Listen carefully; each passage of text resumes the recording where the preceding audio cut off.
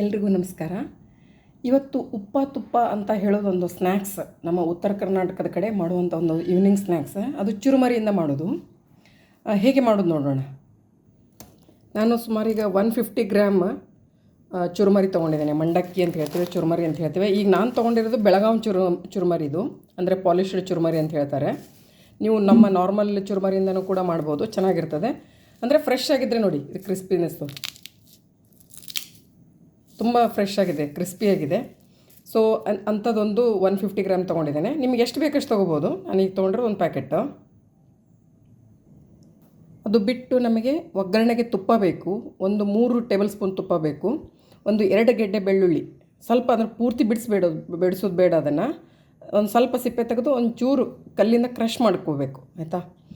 ಆಮೇಲೆ ಸ್ವಲ್ಪ ಅಚ್ಚ ಖಾರದ ಪುಡಿ, ಉಪ್ಪು ಮತ್ತು ಸ್ವಲ್ಪ ಕರಿಬೇವು ಸೊಪ್ಪು, ಇಷ್ಟೇ ಬೇಕಾಗಿರೋದು. ಇನ್ನು ಎಡಿಷ್ನಲ್ ನಿಮಗೇನು ಹಾಕಲಿಕ್ಕಿಲ್ಲ. ಇನ್ ಕೇಸ್ ಕೆಲವೊಬ್ರು ತುಂಬ ಜೀರಿಗೆ ಎಲ್ಲ ಇಷ್ಟಪಡೋರು ಜೀರಿಗೆ ಹಾಕ್ಕೋಬೋದು ಅಷ್ಟೇ, ಆಯಿತಾ. ಉಪ್ಪು ತುಪ್ಪು, ಅದಕ್ಕೆ ಹೆಸರು ಎಂತ ಅಂದರೆ ಉಪ್ಪ ತುಪ್ಪ ಅಂತ ಹೇಳ್ತಾರೆ. ಇದಕ್ಕೆ ಉಪ್ಪ ತುಪ್ಪ ಚುರುಮರಿ ಅಂದರೆ ಫಾಸ್ಟಾಗಿ ಆಗ್ತದೆ. ಏನು ಅದಕ್ಕೆ ಬೇರೆ ಇಂಗ್ರೀಡಿಯೆಂಟ್ಸ್ ಬೇಕಿಲ್ಲ, ಅಂದರೆ ಶೇಂಗಾ ಪುಟಾಣಿ ಬಾಕಿದೇನು ಹಾಕಲ್ಲ ಇದಕ್ಕೆ. ಸೊ ಮಾಡೋದು ನೋಡೋಣ ಇವಾಗ. ನಾನು ಇದನ್ನು ಬೆಳ್ಳುಳ್ಳಿ ಸುಮ್ಮನೆ ಜಸ್ಟ್ ಕ್ರಷ್ ಮಾಡ್ಕೋತೇನೆ.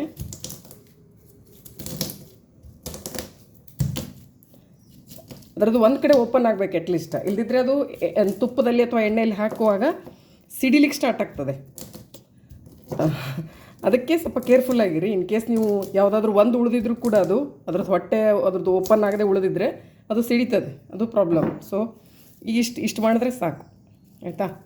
ಇದರಲ್ಲಿ ಎಲ್ಲವೂ ಕ್ರಶ್ ಆಗಿದೆ ಅನ್ಕೋತೀನಿ. ಸೊ ಒಗ್ಗರಣೆ ಕೊಡೋದು ತುಂಬ ಫಾಸ್ಟಾಗಿ ಆಗುವಂಥದ್ದು. ಏನು ಮಿನಿಮಮ್ ಇಂಗ್ರೀಡಿಯೆಂಟ್ಸ್ ಇದಕ್ಕೆ. ನಾನು ಬಾಣಲೆ ಕಾಯ್ಲಿಕ್ಕೆ ಇಟ್ಟಿದ್ದೇನೆ. ಅದಕ್ಕೆ ನಾನು ಒಂದು 2 ಅಥವಾ 3 ಸ್ಪೂನ್, ಅಂದರೆ 2 ಅಥವಾ 3 ಸ್ಪೂನ್ ಅಂತ ಮೀನಿಂಗ್ ಏನಂದರೆ, ನೀವು ಸ್ವಲ್ಪ ತುಪ್ಪ ಇಷ್ಟಪಡೋರು ಧಾರಾಳವಾಗಿ ಒಂದು 3 ಸ್ಪೂನ್ ಹಾಕೋಬೋದು, ಇಲ್ಲಾಂದರೆ 2 ಸ್ಪೂನಿಗೆ ನಿಲ್ಲಿಸ್ಬೋದು ಹಾಗೆ. ಸೊ ಈಗ ತುಪ್ಪ ಬಿಸಿ ಆಗಲಿ. ಬಿಸಿ ಆದಮೇಲೆ ಡೈರೆಕ್ಟ್ ಬೆಳ್ಳುಳ್ಳಿ ಹಾಕಲಿಕ್ಕೆ. ಇನ್ ಕೇಸ್ ನಾನು ಹೇಳಿದ್ನಲ್ಲ, ಇದು ಕೂಡ ಆಪ್ಷನಲ್, ಜೀರಿಗೆ ಕೂಡ ಆಪ್ಷನಲ್, ಹಾಕೋಬೋದು.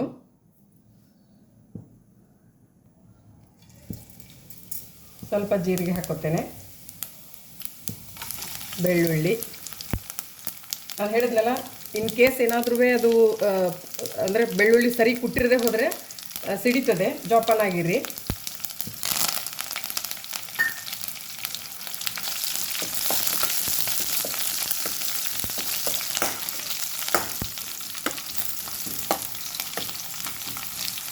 ಇಷ್ಟೇ, ಒಂಚೂರು ಬೆಳ್ಳುಳ್ಳಿ ಬಂದ ತಕ್ಷಣ ಚುರುಮರಿ ಮಿಕ್ಸ್ ಮಾಡಿ ಕೆಂಪು ಖಾರದ ಪುಡಿ ಅಥವಾ ಅಚ್ಚು ಖಾರದ ಪುಡಿ ಎರಡೂ ಸೇಮ್, ಅದನ್ನು ಹಾಕಿ ಉಪ್ಪು ಹಾಕಿ ಸೇರಿಸ್ಲಿಕ್ಕೆ ಅಷ್ಟೇ.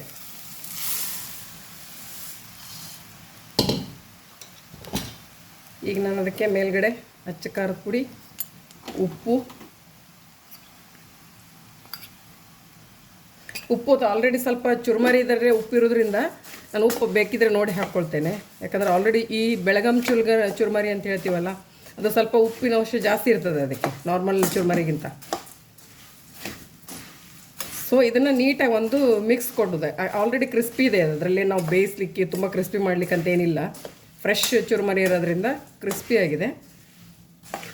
ಒಂದು ಬಾರಿ ಮಿಕ್ಸ್ ಕೊಟ್ಟು ತಿನ್ನೋದು ಇದನ್ನು. ಇದರಲ್ಲಿ ನೀವು ಘಮ್ಮಂತ ಪರಿಮಳ ಬರ್ತದೆ ತುಪ್ಪದ್ದು, ಬೆಳ್ಳುಳ್ಳಿ ತುಪ್ಪದ್ದು, ಚೆನ್ನಾಗಿರ್ತದೆ ತಿನ್ನಲಿಕ್ಕೆ. ವೆರಿ ಸಿಂಪಲ್ ಈವ್ನಿಂಗ್ ಸ್ನ್ಯಾಕ್ಸ್ ಇದು.